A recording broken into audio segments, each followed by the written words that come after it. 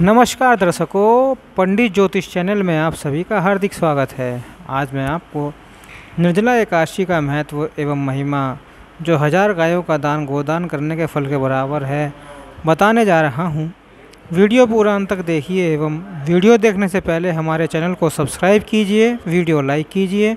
WhatsApp, Facebook, Instagram एवं सभी प्रकार की सोशल नेटवर्किंग साइट्स पर हमारे वीडियो को अधिक से अधिक शेयर भी कीजिए और साथ ही सब्सक्राइब बटन के बराबर में जो बेल आइकन है उसको भी दबाकर ऑल नोटिफिकेशंस को ऑन कर लीजिए, जिससे कि सनातन धर्म से संबंधित सभी प्रकार की जानकारी एवं वीडियो आपको मुफ्त में एवं समय से प्राप्त हो सके। दर्शकों,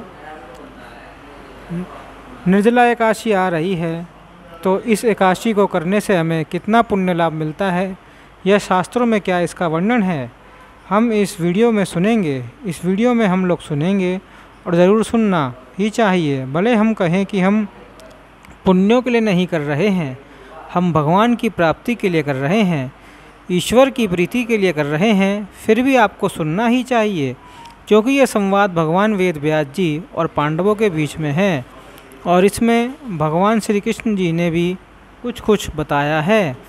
यह सुनने से हमको प्रोत्साहन मिलेगा और यह वीडियो यदि आप किसी को भेजते हैं तो हतोत्साहित होता है, जो डिमोटिवेट होता है, तो आपको यह यदि भेजेंगे तो वे लोग सुनेंगे तो उनको भी बड़ी प्रोत्साहना मिलेगी। तो आइए शीघ्र ही हम लोग जान लेते हैं कि इस एकादशी का पुण्य लाभ कितना है। सबसे पहले भगवान वेद व्यास जी कहते हैं कि चाहे सूतक हो या पातक हो, इसमें कभी भी एकादशी का त्याग नहीं करना चाहिए।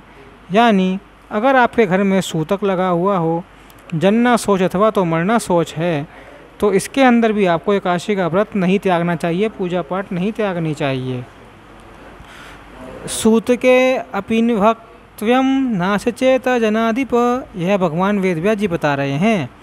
अब पहले ही सुन लीजिए कि भगवान वेदव्यास जी कौन हैं। जितने भी ग्रंथ आज हम लोग पढ़ रहे हैं, सुन रहे हैं, यह सब भगवान वेदव्यास जी की प्रसादी है और भगवान वेदव्यास जी यह भगवान विष्णु जी के अवतार माने गए हैं। आगे सुनते हैं कि एकादश्याम न भंजिता पक्षयो भयोरपि द्वादश्याम तो शुचिर्भूत्वा पुष्प पूज्य केशवम। इसका अर्थ है, जो लोग स्वर्ग प्राप्त करना चाहते हैं उन लोगों को दोनों पक्षों की एकादशी के दिन भोजन बिल्कुल नहीं करना चाहिए। द्वादशी के दिन पवित्र होकर पुष्पों से भगवान केशव की पूजा करके दान दक्षिणा देकर फिर अपना पारण करना चाहिए, अर्थात व्रत खोलना चाहिए। भगवान वेदव्यास जी आगे कह रहे हैं कि अपि पापा दुराचारा पापिष्ठा धर्मवर्जिता एकादश्याम न भंजाना नयाति यमांतिकम। इसका अर्थ है कि एकादशी के दिन भोजन नहीं करने वाले, ध्यान से सुनिए, एकादशी के दिन भोजन नहीं करने वाले पापी हो, चाहे दुराचारी हो, चाहे पापिष्ठ हो यानी पापियों के सरताज हों, इतने बड़े पापी हों तथा अधार्मिक हों, धर्म में उनकी बिल्कुल भी प्रवृत्ति ना हो, उनकी बिल्कुल भी प्रवृत्ति ना हो, धर्म में उनकी मति गति नहीं जाती हो, ऐसे मनुष्य भी यदि एकादशी के दिन निराहार रहते हैं तो वह यमलोक में नहीं जाते। एकादश्याम न भजाना न तयाति नमनकितम। आगे भगवान वेद व्यास जी कह रहे हैं कि भगवान श्री कृष्ण ने बताया है कि सभी पुरुषों को आशा छोड़कर जो केवल मेरी एकादशी निराहार रहकर करता है तो वह समस्त पापों से मुक्त हो जाता है। अब यह निर्जला एकादशी व्रत करने की महिमा बड़ी ही अद्भुत है। शास्त्रों में आता है, एकादश्याम भंजित पक्षो भयोरपि एकादश्याम सते पक्षे ज्येष्ठ मासदकम विना पुण्यम फलमापनोति तशरस वृकोदरा संवत्सरे या प्रोक्ता शुक्ला कृष्णा वृकोदरा उपासिता सर्वा। इसका अर्थ समझिए कि पूरे वर्ष में जितनी भी शुक्ल पक्ष तथा कृष्ण पक्ष की एकादशियाँ होती हैं उन सभी का फल मिल जाता है। क्या, कैसे मिल जाता है? निर्जला एकादशी का व्रत करने से वह एकादशी धन धान्य प्रदान करने वाली, पवित्र आरोग्य और पुत्र प्रदान करने वाली होती है। धन धान्य प्रदा पुत्र पुत्रारोग्य शुभ प्रदा। जो एकादशी का व्रत करता है उसके पास महाकाय, भयंकर तथा काले काले यमदूत नहीं आते हैं।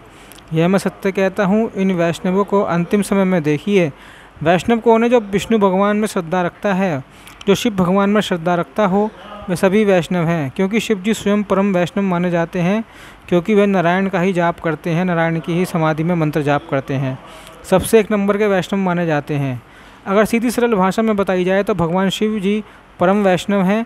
तो किसी के भी उपासक को हम लोग यदि वह एकादशी का व्रत रखता है तो वह पीताम्बरधारी सौम्य स्वभाव वाले, हाथ में चक्र धारण किए हुए, मन के समान वेग वाले विष्णुदूत आकर भगवान विष्णु के लोक में उसे ले जाते हैं। अतः सभी प्रकार के प्रयासों से निर्जला एकादशी का व्रत जरूर करना ही चाहिए। आगे भगवान वेदव्यास जी कहते हैं कि यह श्लोक देखिए, किसी स्त्री अथवा पुरुष के द्वारा यदि सुमेरु अथवा मंदराचल के समान महान पाप किया गया हो, सुमेरु सबसे बड़ा पर्वत माना गया है। मंदराचल का वर्णन आप लोगों ने भागवत में सुना होगा। तो मंदराचल के समान ही महान पाप क्यों ना किया हो, लेकिन वह एकादशी के प्रभाव से पूर्ण रूप से भस्म हो जाता है। सर्व पाप विनाशाय श्रद्धा समन्वित मेरु मंदर मराघम स्त्रियं पुषम चयत्कृतम। तो किन के पाप नाश होते हैं? स्त्रियां पूषा चयत्कृतम। इसका अर्थ है कि चाहे स्त्री हो चाहे पुरुष, कोई भी इस एकादशी का व्रत यदि करता है तो उसके समस्त पाप भस्म हो जाते हैं। अब आगे भगवान कहते हैं कि स्नानम दानम जपम होमम यदस्य कुरुते नरः तत्सर्वं च अक्षयम। इसका अर्थ समझिए। जो मनुष्य एकादशी में स्नान, दान, जप और होम करते हैं। देखिए स्नान क्या होता है। स्नान पुण्य स्नान, आप उपटन लगाकर स्नान करें, हर हर गंगे कहते हुए स्नान करें। सूर्योदय से पहले आप स्नान जरूर कर लें, यह स्नान माना जाता है। ना दान क्या होता है? दान के लिए आप कोई भी चीज़, वस्तु विशेष रूप से एकादशी के दिन आप देते हैं तो वह दान हो जाता है। और निर्जला एकादशी के दिन घड़े में जल भरकर देने का विधान है। कहीं मंदिर में आप दे दीजिए, कहीं पीपल के नीचे आप दान कर सकते हैं, तुलसी माँ के पास दान कर सकते हैं। घड़े में जल और मीठा दान किया जाता है। अब जब तो भगवान के नाम का जप चलता रहना चाहिए। और होम क्या होता है? यदि आप यज्ञ कर सके तो अच्छी बात है, यदि यज्ञ नहीं कर सकते हैं तो भगवान श्री कृष्ण गीता में बता रहे हैं कि यज्ञ नाम जप यज्ञ सम, खूब जप करें, जप यज्ञ में ही मैं हूँ। यानी जब जो करते हैं ना वही यज्ञ ही माना गया है। तो यह क्या होता है कि जो मनुष्य इस एकादशी में स्नान, दान, जप और होम करते हैं उनको प्रत्येक प्रहर में करोड़ों स्वर्ण मुद्रा दान करने का फल प्राप्त होता है। प्रत्येक प्रहर में यदि आप निर्जला एकादशी का व्रत रखते हैं, निर्जल यानी बिना जल के आप व्रत रखते हैं, तो एक एक प्रहर में करोड़ों स्वर्ण दान का पुण्य आपको मिलता है। एक प्रहर कितने घंटे का होता है? एक प्रहर 3 घंटे का माना जाता है। ठीक है, पूरे एक दिन में 8 प्रहर होते हैं। तो जितने भी प्रहर आप निर्जल व्रत कर सकते हैं उतना करिए, खूब पुण्य आपको मिल जाएगा। यह सब कुछ अक्षय हो जाता है। और वह जो पुण्य मिलता है ना, वह क्या होता है? भगवान वेदव्यास जी कहते हैं कि तत्सर्वम च अक्षयम प्राप्त तत्कृष्ण प्रभावितम। यह भगवान श्री कृष्ण बता रहे हैं कि जो भी आप सत्कर्म करेंगे उस दिन सब अक्षय होगा, जो भी आपको पुण्य मिलेगा सब अक्षय हो जाएगा। कृष्ण प्रभावितम, तो निर्जला एकादशी किए बिना दूसरे धर्म के करने से कौन सा लाभ है? यानी निर्जला एकादशी आपने कर लिया तो आपको बहुत बड़ा धर्म कर लिया। ठीक है, इस एकादशी का विधि पूर्वक व्रत करके मनुष्य भगवान विष्णु को लोक में जाता है। तो देखिए बैकुंठ में जाने के लिए कितना सरल मार्ग बता दिया।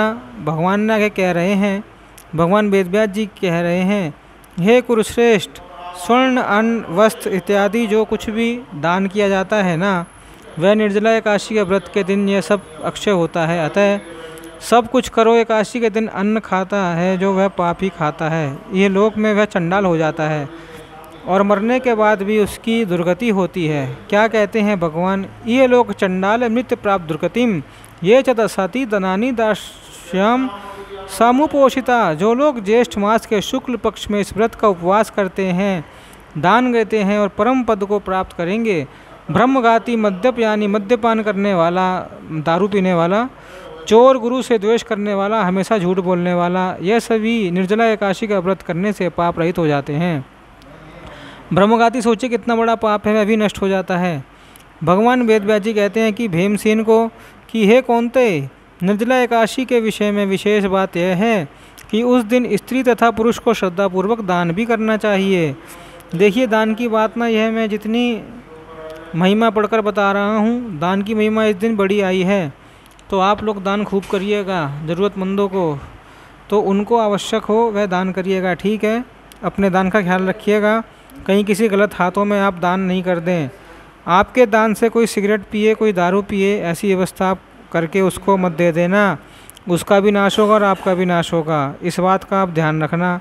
ज़रूरतमंद को आप दान कर सकते हैं। अब आगे देखिए भगवान वेदव्यास जी क्या कह रहे हैं कि जो लोग निर्जला एकादशी नहीं करते हैं वह आत्मद्रोही हैं। ऐसे लोग पापी, दुराचारी तथा निश्चित रूप से दुष्ट हैं। वे आगामी 100 पीढ़ी को तथा अतीत कालिक 100 पीढ़ी को अपने साथ श्री भगवान के लोक में ले जाते हैं। जो लोग इस दिन शांत दांत रहकर दान करते हैं, श्री हरि का पूजन करते हैं, किस दिन? निर्जला एकादशी के दिन। फिर से सुन लीजिए, वह आगामी 100 पीढ़ी यानी आने वाली आपकी जो 100 पीढ़ियाँ हैं, और अतीत कालिक 100 पीढ़ी यानी जो पिछली 100 पीढ़ी बीत चुकी है, पिछली पीढ़ियों में वह सब श्री भगवान के लोक में जाते हैं। जो लोग निर्जला एकादशी के दिन दान करते हैं, अब देखिए दान का इतना सारा सब आ गया, तो आप लोग पूछेंगे क्या चीज़ दान करना चाहिए। देखिए आप भी दान करिए आपके सामर्थ्य के अनुसार। एकादशी के दिन आप अनाज का स्पर्श करके रख दीजिए। यदि आप उस दिन नहीं जा सकते दान करने के लिए, तो दान का संकल्प करके भी कर रख सकते हैं। आप घर में स्पर्श करके लोग बोलेंगे कि हम चावल का स्पर्श नहीं करते एकादशी के दिन, तो महाराज कच्चे चावल का स्पर्श आप कर सकते हैं। चावल खाना मना है, अनाज खाना मना है। दान करने की बड़ी अद्भुत महिमा है। कई लोग बोलते हैं कि हम लोग तुलसी में जल नहीं चढ़ाते।